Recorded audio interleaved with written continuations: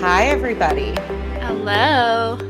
So, welcome to the podcast, Real Talk with Recruiters. And this is a podcast where we are going to kind of give you a real and raw insight into our lives as recruiters. And we're also going to share tips for resume building, interview performances, I guess is the better way of saying it, employment opportunities within our specific organization, even. But this is Jaclynn. I'm Kelly. Hey. Ready And to just talk all things real about recruitment. all of it. We're gonna tell all of it. And then we're both nursing talent advisors for Yes. our organization. And our organization is the largest in the St. Louis region.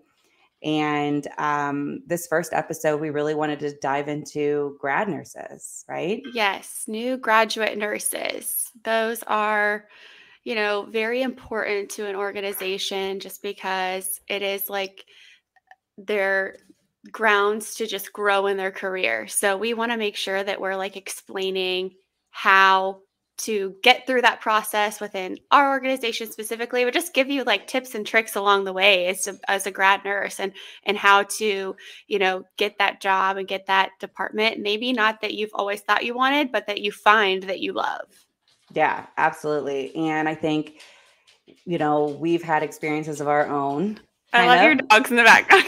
They're just going to hang out. If you guys are listening to this on real. a podcast, if you're listening to this just on the podcast, look on the YouTube channel that we'll drop later, and you'll see the dogs. Furry friends. So, but also, these interviews that we have with graduate nurses, it teaches us a lot as recruiters too. Yeah. And knowing how we need to source, or maybe what we need to do to help the process. And that's kind of how this newer process for hiring grad nurses came about. But tell me, okay, you talk first. You say some experiences that you've had in some interviews and things that you think, I don't know, you know what I mean? Like just some interview experiences that you've had with graduate nurses. So things have like definitely changed a lot. I'm in a recruiter in healthcare for 8 years now. And so I've recruited everything from nurses to other allied health positions, CNAs, nurse techs. So anywhere in healthcare, you name it, I've recruited it. And I think that when I started, everything was a little bit of a different world because it was pre-COVID. But we're kind of getting back to that a little bit. And so I think that I'll kind of speak to that just because there is like a virtual aspect of it too, which Kelly, you've kind of lived in that because when you joined us, we were super virtual. So I'll let you kind of give tips for virtual. But I would say in person, when it comes to interviewing, a lot of things that the nurses will ask, like, well, how do I come prepared for this interview? Well, when we try to do a shadow experience and an interview, it's not so much about like what you're wearing. I mean, you wear scrubs for that. So as long as you like look presentable and you have your scrubs on, it's really for you to kind of take in the most of that experience on that unit. So you get to see kind of firsthand in person what's going on. Is this going to be a good fit for me? You can ask anything from, what their scheduling is like is something I like to remind candidates to ask the managers about. Obviously department culture. So as you and I have done, Kelly, like we go up to the floors that we recruit for and we kind of check in with them and we see if they're doing anything fun. Well, that all lends to their culture of that unit. So one of my units has like a map of the world, like just out in the open on the floor. And each one of the employees can like take a picture or selfie from their destination and they bring that back. And so that's like a talking point for them to have not only with like amongst each other as coworkers, but also with, maybe patients' families, anyone that sees it on the unit. And so I just think that's a really good way to, make it a friendly environment. So look for those things when you're in person interviewing. I agree. I think just like any other job, morale and feeling a part of a team is going to be a really big factor into choosing a, first place for your career. You also want to have a manager who is going to help support you and really help you learn and grow. And I mean, honestly, most of the managers that I've met and spoken to, everyone is 100% open to that. They know that this is, grad nurses. This is your new nurses. This is your first job as a nurse. So they'll hold your hand and help you where they can, and the other staff will do the same. So I guess some things that I've noticed in some of the phone screens that I've had since starting, because everything's been virtual, but usually phone screens have always been kind of virtual, right? I mean, when you guys were doing this before COVID, were you always doing that part virtually? For the most part, yeah. Okay. Yep.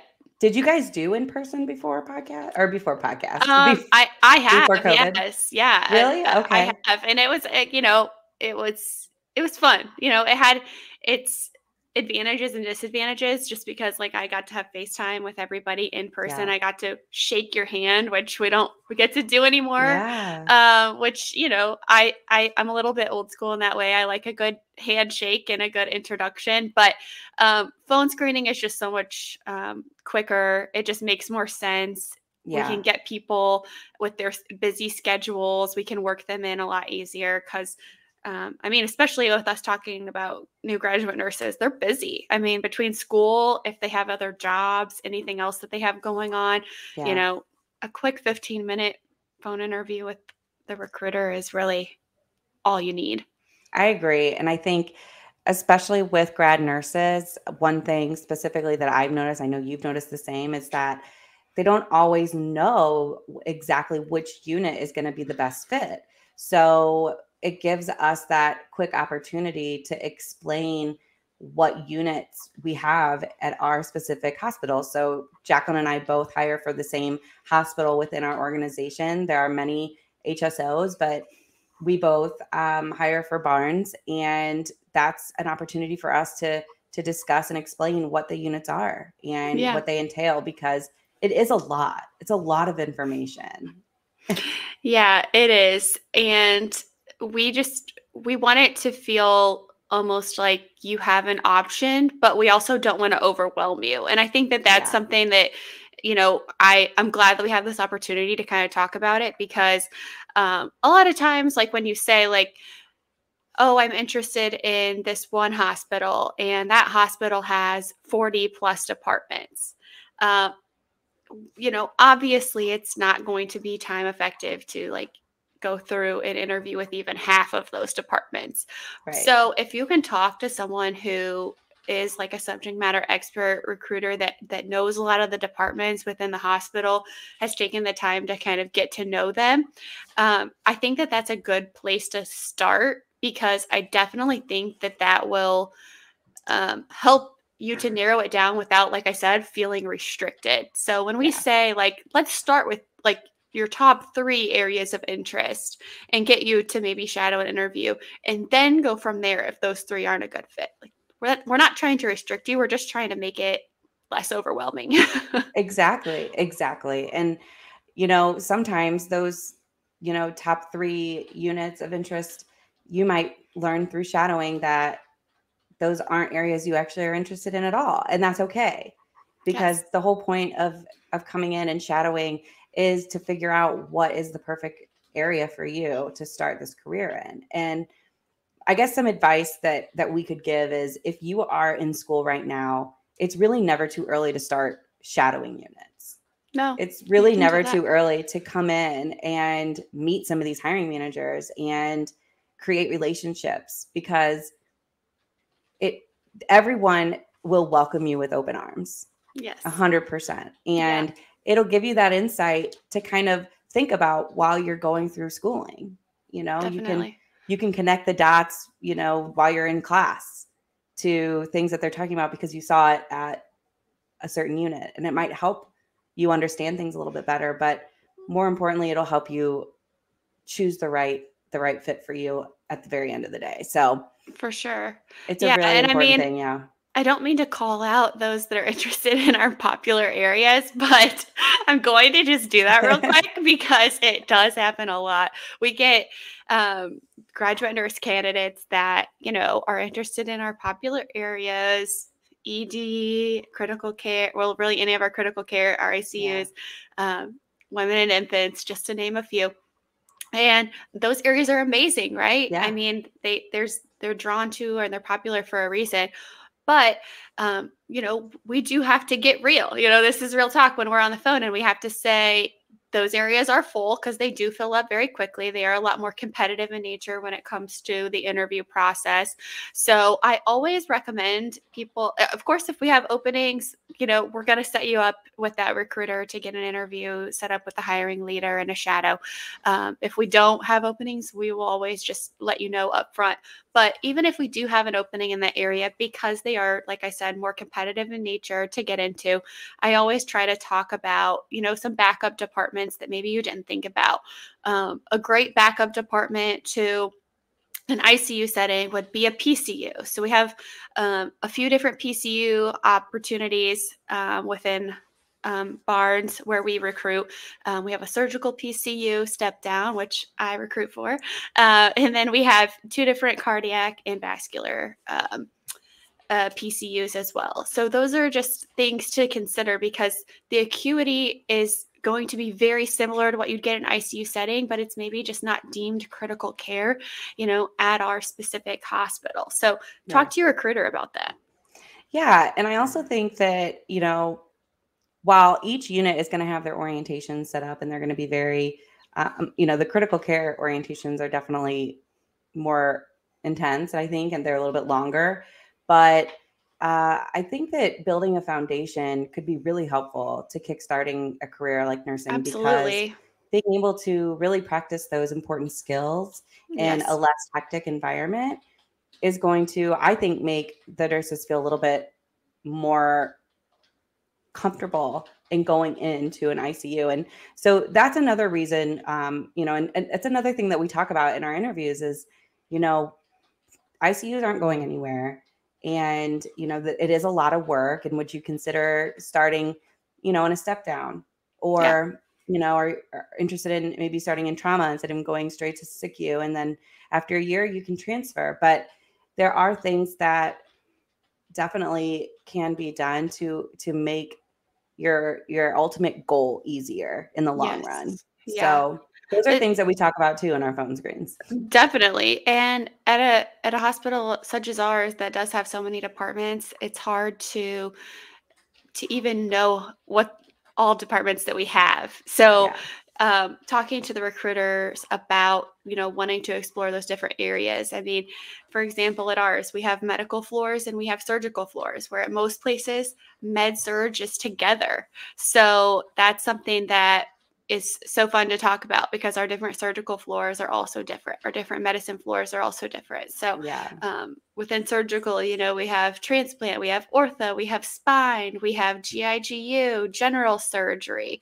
and ENT and plastics. And all of those have really cool things going on that you get to learn. So I agree. And honestly, even on our end, going in and shadowing our units, it's just as important as new nurses going in because it really changes our perspective in how we recruit and how we source and how we talk with our candidates, because having that firsthand experience really helps. And, our job is, homework. It's working from home, but going in and experiencing it and seeing it as a whole means so much more. We can really take that home with us. And it works the same way with the new nurses, because what you're saying right now, had you said all those things to me, which you did when you trained me, but when you said all those things to me originally, it's like, that is overwhelming. It's a lot. Yeah. And you can't really think it through and figure out what does that mean. But when you're there and you go to all the different floors, you can just space it out in your mind and it makes more sense. And it just makes the decision process much easier. So I think that's number one. I think definitely come in, shadow, check it out, but ask questions and contact a recruiter, because we're not just here to like cold call you, and just like sell you on a job, but we are here to educate you on positions as well, because we know this is a big choice. Yeah. So I have to tell this quick story, and it's, maybe if you have a weak stomach, maybe it's not for you. Sorry, but I'm going to go there. I have this very recent graduate nurse candidate who called and was like, I'm ED all the way. That's all I want. Yeah. And I was like, okay, are you sure? I went through my spiel. I tried to see if she'd give, a few backup plans, options. She really didn't want to. So she went ahead and did her ED shadow and screen. I won't say which hospital she was at for all of this, but she decided ultimately, it wasn't what she thought. And that's okay. It doesn't Yes. mean that it was a bad experience for her. That's what the shadow opportunity does. It's just as much the graduate nurse interview as it is ours.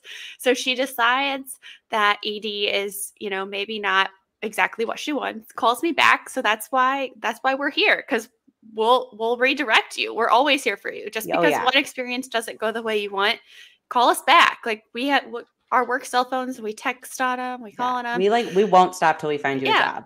So she tells me that she had shadowed or somehow got through this with nursing school up to one of our units, and like loved it because they were doing leech therapy.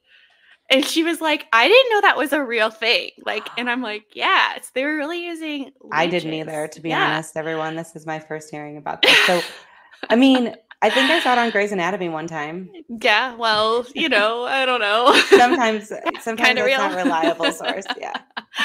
But anyways, yeah, she was like, it was so cool to see this in person.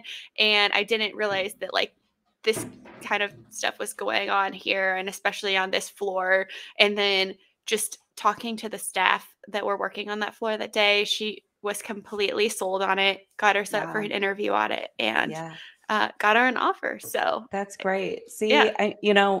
it's gonna make a world of difference to really get involved before you graduate. And we can hire people and start onboarding, I mean, way before you graduate, So Yeah. you can graduate and just have a job ready for you, a Yes. start Yes. date ready for you. Yeah, I mean, I wouldn't recommend, going farther than like a year, just because, Yeah. you want to get the most out of your clinical experience, because that's going to show you a lot too, with that. So I would say, yeah, within 9 months or so, definitely start kind of, looking around and applying to those graduate nurse positions that are posted. Ours is always posted, so you can always, you know, apply to that. And then also, if you're a student and you're interested in working as a tech, we do have student nurse tech positions as well. So that's a good way to get your foot in the door on maybe a Definitely. unit that you're interested in, but you don't know if it's the one you want to work on as a nurse forever. It might just be a good foundation. Yeah, absolutely. I agree. I second that. I think also hiring managers, they take that into huge consideration too when they see that you have patient care tech experience or Yeah. you're a student nurse tech. So I think definitely if you have the time and something you can juggle well with schooling, to give that a shot. Yeah. So let's go ahead, because here's the thing. Because our organization understands how important a new nurse and getting a job and the application process, we know that they're applying to a lot of different organizations. We want to make it as easy as possible, and then also by giving you the guys all the great resources needed to figure out where you want to go. So we've been kind of like working with different ways of doing this. So we tried something out, and then we kind of steered our ship a little bit, and now we're doing something different. And Jaclynn's kind of involved in that process. So basically, there's talent advisor leads in each HSO, and Jaclynn is one of those leads for Barnes. So Jaclynn, tell us a little bit. Okay, just explain the whole process. Okay. All of it. So once you apply, which I have made a cute little reel and I put it on my Instagram. So if you want to know how to get to our application for the graduate nurse, go follow me on Instagram and you can see that tutorial. So once you get your application into that specific new graduate nurse, all 2022 graduates, you will be with our talent agents. Like, that's where you will land. So we have talent agents that are kind of fielding all of your applications and getting your initial phone screen done. So you will talk to them with the basic, HR type of questions. And then they will also ask you your top two location preferences for our organization. So once you give them your top 2 location preferences, and you can feel free to kind of ask them about different departments too, because different things might outweigh, maybe the department you go into is more important than where the location is. I mean, we have Yeah, locations all over the St. Louis metropolitan area, and even exactly. outside of Yeah. it. So, and on the Illinois side. So, Yeah. lots of opportunity there. So that's really something to think about too as a graduate nurse. Like, is the department more important than the location? Is location more important?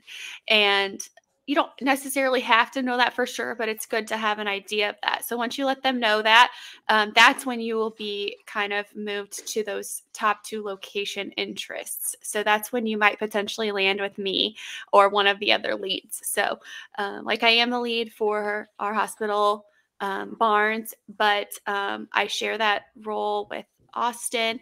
And so at that point, either one of us will reach out to you and kind of give you the whole spiel and rundown on that exploratory call, if you will, about the different departments within our hospital. And the same would go for the other hospital locations as well. From there, once we kind of narrowed that down to, like I said, a top 3 areas of interest, you would then get sent out to those specific recruiters like Kelly, who would schedule you then for your interest in ortho, your interest in spine, and she would schedule for a hiring manager interview in shadow at that point. So that's kind of the gist of it. After your hiring manager interview in shadow, then hopefully that would lead to an offer. So Yeah. Yeah. And so if someone is so if you call them, right? Once that information comes to you, you call the candidate. Is that right? yes. Yep, Okay. that's So right. you call them, and what have those conversations been like recently? Has it just kind of been like what we already talked about? Like, these are the units that we have. Which ones are you interested Yeah. in? So I would say I usually start out by, explaining who I am and where, where I'm recruiting for, and kind of how they got to me. And then I go into, do you have an idea of different departments that you were interested in? And if not, is there a way we can start this conversation and I can kind of steer you? Usually 9 times out of 10, they have an idea of where they think they want to go. But they maybe don't have an idea for their number 2 or number 3 area of interest. So that's a good time whenever we start talking about all of the maybe unpopular areas, and maybe trying to steer them in that direction. So if this number 1 choice doesn't work out for whatever reason, what's number 2 and 3 look like? What could that Yeah. be? So That was going to be my next question, because I know with the process we had tried previously, the way it was going is a lot of our candidates were kind of just going directly to the units of popularity. So the ED, the SICU, the critical care units, and we were hoping that this process would give a little bit more insight to those other areas that aren't getting as much action, but offer just the same amount of important skill sets and foundational bills as the rest. And so I think, do you feel like that's changed a little bit with this new process, that we're allowed yeah, to add that in there more? yeah, I think so. I think that it's just been maybe a little bit enlightening for the candidates to kind of hear about the different areas and why they would consider the other areas as maybe Good. a Yeah. number 2 or number 3 choice. But I also just think it's a little bit more. It's one more person really added to the process, but it's almost one more person to kind of help you through it. I mean, it's a big Yeah. decision and it's a lot of moving parts. And so having, multiple different people to lean on through that process, it might just be what they need. People connect with different people on certain things. So maybe that's, maybe there's something to it. So Yeah, I agree. I agree. I think, honestly, at the end of the day, everything that we do is to create, an environment to bring the candidate the most success as possible. We want to set them up for success in every way we can. So, yes. you know, that's why if, there's something that maybe they're not getting, we make changes and we shift and we try to get them those things. And I think that this process is kind of what's going to really help the candidate find where they're meant to be and where they want to go. And so the most important thing is you're talking to enough people that you can ask questions, and you can ask the nitty-gritty questions that might seem weird or uncomfortable. Nothing is off limits for us. Like, we will answer anything, really, honestly. Yes. Most definitely. And we are such a team, like all of us are recruiters, whether you're at whatever location, doesn't matter. Like, as long as you land with one of us, you're fine. Like, we are totally cool with that. There's never any hard feelings of any kind, shape, or form. We just want you to find where you are going to thrive, within our organization. So that's what's most important.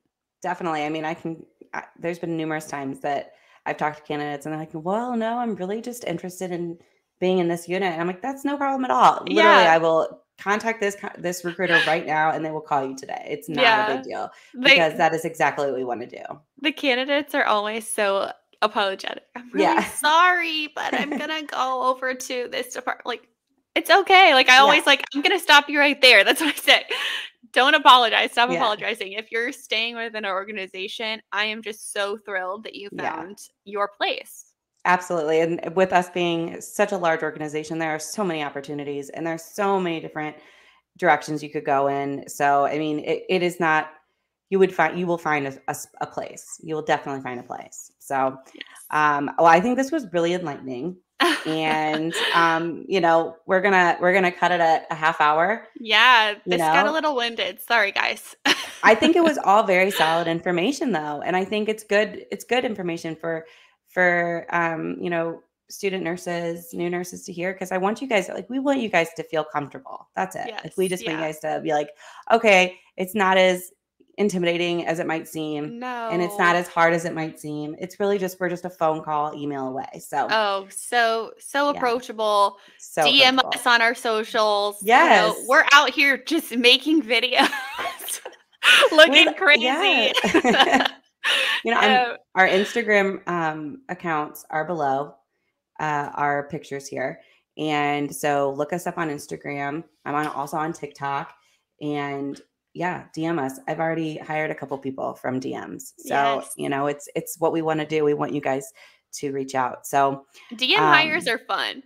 They are very fun. Yeah. Yes. Yeah. Because I do feel like it just adds a different level. I mean, I've had long, Facebook conversations with nurses before, and, we might talk for a couple hours on Facebook chat. And then, the next day she'll come back and say something really exciting that she experienced at school, or, I'll be your support system. It's fine. I like it. I enjoy it. It's why we're here. So it feels like a little bit a less professional, if you will, because it's kind of off the cuff conversation in a DM. Oh, yeah. So it's a lot more lighthearted. And I almost think it's just more of a inside, because we can kind of see each other through our social media channels instead of always just through the professional, channels that we see each other through. I agree. Well, thanks everybody for tuning in for the first podcast. I hope you enjoyed the content. We will be doing much more fun content like this, giving more tips to nurses, and not just graduate nurses, but experienced ones too. So we look forward to the future and what we come up with, and keep tuning in. Yes, so fun. Thanks so much, Kelly. I had a great time. Bye, everybody. Me too. See you later.